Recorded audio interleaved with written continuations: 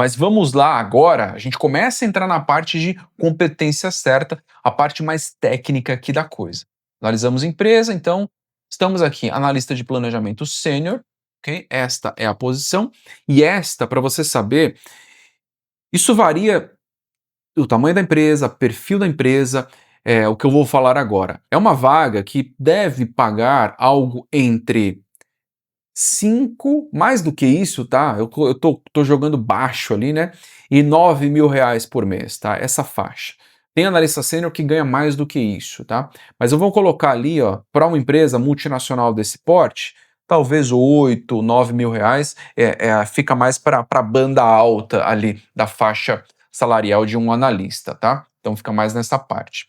E seguindo, qual a riqueza de você olhar uma vaga dessas no LinkedIn? Você consegue saber, analista de recrutamento e seleção que está publicando essa vaga, essa pessoa é a Érica, tá? Conhecer a equipe de contratação, e você consegue conhecer outras pessoas aqui também da empresa em si. Você consegue pegar e entender qual é a estrutura da empresa e o que você faz com isso, tá? O que você faz com isso? Perceba que a empresa está divulgando uma vaga e tem uma lista de conhecimentos aqui, tá? Tem uma, olha, mais uma curiosidade aqui. Além de ter a lista de conhecimentos, esta posição se reporta ao coordenador de planejamento B2C. E aqui já tem um ponto importante, esse B2C aqui. Eu preciso voltar nesse B2C aqui porque é um dado muito importante para você avaliar, tá? Vou voltar nesse B2C, mas antes deixa eu falar de um outro ponto. Qual a vantagem do LinkedIn aqui? Você sabe quem são as pessoas, você sabe o que a vaga pede, tá? Em detalhes. E aqui com mais detalhes ainda, vou falar desse B2C, já guarda esse B2C aí na sua cabeça, tem mais detalhes aqui. E o que você faz com isso? Você constrói uma proposta, tá, de trabalho. Você analisa isso com detalhes e você constrói 2, 3 parágrafos e você envia para as pessoas, tá, que estão aqui publicando a vaga. Pensa que tem um coordenador de planejamento, que é o responsável pela vaga. Se ele recebe de alguém uma mensagem, e não vá só em uma pessoa, tá? Vai em 5 ou 6. Se recebe uma mensagem estruturada com uma proposta de solução dos problemas, que está conectada com as necessidades aqui da oportunidade, e você se deu ao trabalho de fazer isso, você já se coloca numa posição diferenciada, entende? Ah, vai dar certo? Não, isso aqui é igual você está vendendo o seu trabalho. Pode ser que você precisa fazer isso 10, 20, 30, 40, 50 vezes até encaixar uma ali e dar certo. Mas você tem essa possibilidade. Aproveite a riqueza de dados que existe hoje, tá? Aqui tem todos os dados que você precisa da vaga, então aproveite isso. E por que eu falei sobre o B2C, tá? Por quê? Lembra que a gente olhou ali, vou voltar lá no portfólio de produtos da empresa, tá? Aqui, ó. Lembra que a gente olhou aqui e viu, 70% do volume de vendas é composto por produtos comercializados assim, tá? E aqui tem a fonte, né? A fonte é o site da própria empresa, tá? E uma outra parte aqui dos produtos, 74% assim, e os 26%, que é a diferença, são comercializados num outro modelo ali de embalagem. E entenda que granel, tá? Granel aqui é B2B, business to business, de negócio para negócio, tá? Granel é assim. Então aqui, com essa informação de B2C, que é business to consumer, então de negócio para o consumidor final, não necessariamente é direto, né? Porque você pode ter ali, no caso, provavelmente aqui é um B2B2C, porque você é de negócio para um lojista e aí do lojista para o consumidor final, provavelmente é isso que você vê aqui. Isso aqui indica isso, tá? Que é um B2B2C, perfeito? Então, é diferente a forma de fazer o planejamento, é diferente a sua forma de olhar para o que a vaga aqui está pedindo, perfeito? Então, seguimos aqui, ó. Quais são as responsabilidades dessa vaga? Assegurar que as atividades de planejamento e suprimentos aconteçam dentro das metas de desempenho de serviço. Aqui entra eficiência, confiabilidade, tempestividade e custo, tá? Então já coloca tudo junto. Você que já trabalha com planejamento de produção, materiais, demanda, estoques ou algo dessa área, você já sabe que, que não é trivial balancear, equilibrar nível de serviço e custo. Eficiência, coloca as três coisas aqui, tá? Eficiência tem relação com custo também, não necessariamente, mas também tem relação com custo, essa parte aqui de eficiência.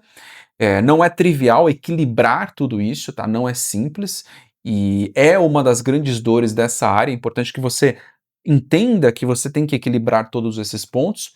E aqui entra mais um ponto: analisar demanda da área comercial, verificando capacidade de fábrica, variações de MP, aqui provavelmente é matéria-prima, capacidade de armazenagem, market share e andamento de mercado, a fim de assegurar que sejam realizados dentro das metas de desempenho de serviço.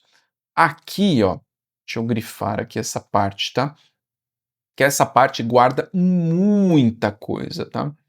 Muita coisa aqui, muito conhecimento crítico, tá? Pensa o seguinte, você nunca é, a maior certeza do processo de planejamento, tá? É que o que você colocar como plano vai mudar, tá? Esse é o principal ponto. Todo plano que você construir, ele será diferente. Se você construir um plano hoje, amanhã ele será diferente, tá? Então esse é uma grande certeza. E quando a gente olha para planejamento de demanda, que é exatamente o que está falando aqui, ó, analisar demanda da área comercial, verificando capacidade de fábrica, variações de matéria-prima, capacidade de armazenagem, market share, enfim, andamento do mercado como um todo. Este é um processo de acompanhamento que ele precisa ser dividido em níveis, tá? Importante você ter isso em mente. Ah, quais são estes níveis? Você tem três pontos para olhar e esse acompanhamento ele precisa navegar nestes três pontos e aí dentro destes três pontos ele vai navegar em posições diferentes em cada um deles. Ah, quais são esses pontos? Primeiro deles, horizonte de tempo. Então, essa análise de demanda da área comercial, capacidade de fábrica, capacidade de armazenagem, ela precisa tanto acontecer no horizonte de tempo de curto prazo, então o que está acontecendo hoje, essa semana, próxima semana, semana seguinte, 3 meses, 6 meses, 12 meses, 18 meses, esse é o primeiro ponto, horizonte de tempo. E aí você tem que navegar em horizontes diferentes, ok? Esse é o primeiro ponto. Segundo ponto, granularidades de tempo diferentes. Ao que é isso? Você não pode olhar o tempo todo com uma abertura diária, tudo o que está acontecendo, porque você não consegue avaliar desta forma. A granularidade de tempo, ela te ajuda no processo de análise, principalmente quando a gente está falando sobre demanda, capacidade de fábrica, capacidade de armazenagem, tudo que está escrito aqui. Tá? Então entenda isso. Você precisa navegar em granularidades de tempo diferentes. Então, ou você olha dia, consolida semana, consolida mês, você tem que entender como você faz isso e quando você faz isso. Esse é um outro ponto. Como e quando? Vai depender do grupo de pessoas para quem você está reportando isso, para quem você está explicando isso, como você está explicando. Depende da capacidade de absorção dessa outra pessoa. E aqui, ó, vou ficar maior, tá? Entenda o seguinte, tá? E por que que é importante você saber? Deixa eu só falar do outro ponto. Eu falei de horizonte de tempo, granularidade de tempo, e o terceiro ponto é granularidade da análise. Então, ou você pode olhar nível item, aí nível matéria-prima, nível máquina, recurso, equipamento, embalagem, ou você pode consolidar isso em famílias e em grupos. Para você que é mais experiente profissionalmente, você sabe, é meio óbvio isso, tá? Mas não é trivial você navegar nesses pontos de forma organizada, isso não é, essa parte não é óbvio. A necessidade de olhar dessa forma é óbvia, mas como fazer isso não é óbvio. E um ponto que eu ia falar, que se eu pudesse eu vendia isso e coloca isso em mente, tá? O que eu vou falar agora, tá? Coloca isso em mente. E estamos falando de uma posição de analista, tá? analista. O seu gerente, diretor, vice-presidente ou presidente, ele tem dezenas de outros problemas na cabeça, tá? Dezenas, se não forem centenas de outros problemas. O seu papel é facilitar o entendimento, tá? Coloca isso em mente, o seu papel é facilitar o entendimento. Então, esses 3 blocos que eu falei, se você navega nesses 3 blocos da forma correta, você apresenta um problema ou apresenta uma solução de uma forma que a outra pessoa do outro lado, coordenador, gerente, diretor, vice-presidente, presidente, absorva rapidamente e entenda o problema ou a solução, tá?